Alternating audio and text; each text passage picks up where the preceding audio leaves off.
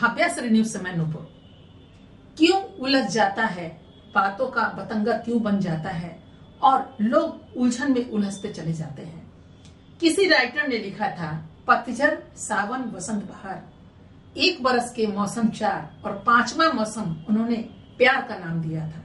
और इसी पांचवें मौसम के इंतजार में आज बहुत सारे लोग पलके बिछाए बैठे हैं कि आखिर यह मौसम कब आएगा, जब हमारे यहाँ, हमारे भारत में या हमारी दुनिया में प्यार की ही बरसात होगी और सिर्फ प्यार ही प्यार दिखाई देगा।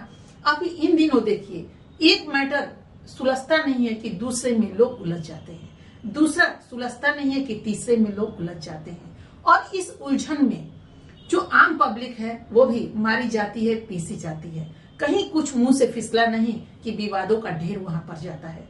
अब हम आज की तारीख में जो बात कहने जा रहे हैं कि बहुत सारे ऐसे मीडिया कर्मी हैं जहां एक टेबल टॉक होता है और उस चीजों को आम जनता तक, पूरी दुनिया तक परोसा जाता है, पूरी दुनिया देखती है। चलिए, नाम तो हम नहीं लेंगे, लेकिन आज हम बताने जा रहे हैं कि आज जो राइटर होते हैं या फिर जो पत्रकार होते हैं या फिर जो एंकर होते हैं, उनकी जो रुतबा होती है वो क्यों बदली बदली सी नजर आती है, क्यों उसमें इतना ताव नजर आता है। क्यों अगर किसी मेहमान को अगर हम बुलाते हैं किसी परिचर्चा पे, एक विषय होता है, उस पे, उसी विषय पे कुछ प्रश्न होते हैं जो डिफरेंट करके हम लोगों से पूछते हैं।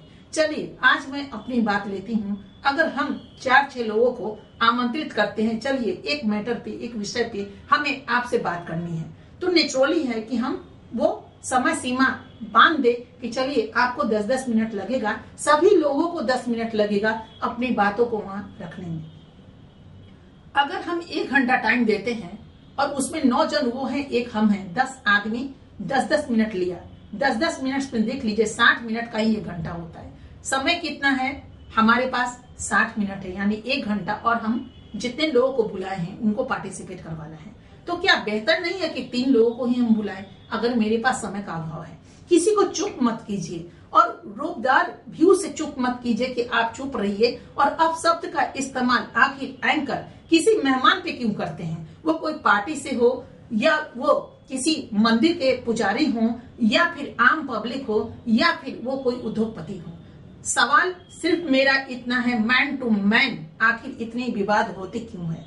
क्या पेशेंस नहीं होना चाहिए कि अगर हम आपको आमंत्रित किए हैं, आपके मन में विचार जैसी हो, हम खुद समझ रहे हैं कि आप किस पार्टी से बिलोंग करते हैं या फिर किस मजहब से बिलोंग करते हैं या फिर कहां से, किस दुनिया से बिलोंग करते हैं। आपको मैंने अगर अपने यहाँ बुलाया है, वो ऑफिस हो या फिर हम किसी जगहों पे जुड़े हुए हैं और उसमें हम आपको बुलाए हैं, तो आप एक मेहमान बन गए ना। तो मेहमान नवाजी तो होना चाहिए। आपके अंदर मन में कुछ भी चल रहा हो या मेरे मन में कुछ भी चल रहा हो, ये ऊपर वाले जानते हैं, बाकी दुनिया का कोई इंसान इस बातों को नहीं जान रहा है कि आखिर हम लोगों के मन में क्या चल रहा है। लेकिन सवाल है कि एक विषय हम सामने में रखते हैं और उसी प्रश्न से दुनिया तक को, उनके विचार को हम पहुंचाते हैं। देखिए, गौर करने वाली बात है कि जो विचार हम 5, 6, 7, 8 लोग मिलकर करते हैं उसको पूरी दुनिया सुनती है।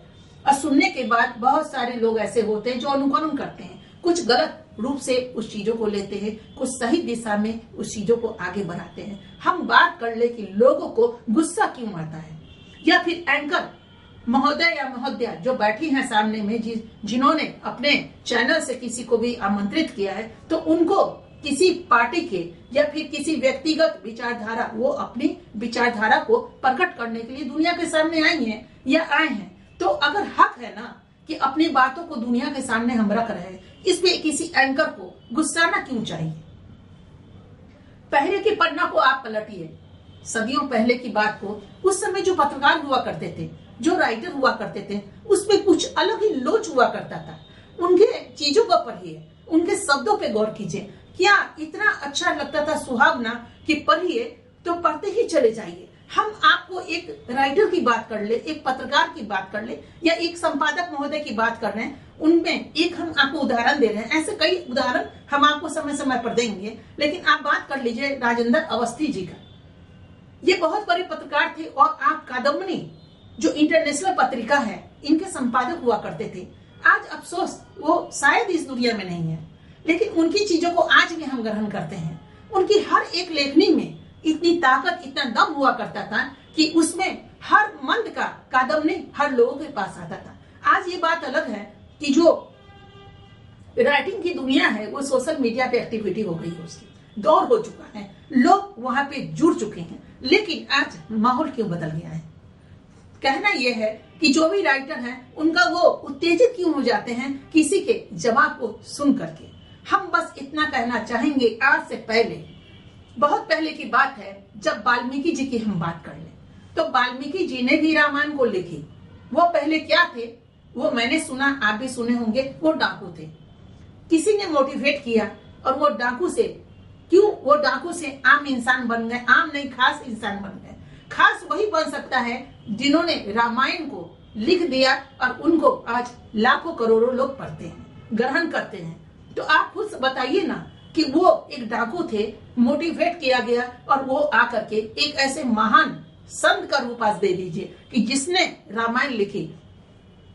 वो तो एक संत ही हो सकते हैं ना, क्योंकि अच्छी अच्छी बातें तो एक संत के दिमाग में ही जाएगा। और आम आदमी भी संत बन सकता है अगर उस पद चिन्हों पे अगर हम चलना शुरू कर दें, आप चलना शुरू कर दें। तो आखिर कहते हैं ना, कभी भी एक आपका संविधान हो या फिर पूर्व राइटर ने कुछ भी लिखा हो, उसको संशोधन तो कर ही सकते हैं। बदलाव तो जिंदगी का नाम है और वक्त का मिजाज है कि वक्त बदलता है। हम नरेंद्र मोदी की बात कर ले तो उन्होंने 3 तलाक को चेंज कर दिया। ये तो शुरू से प्रथा बनी थी। आप पन्ना उलटिए।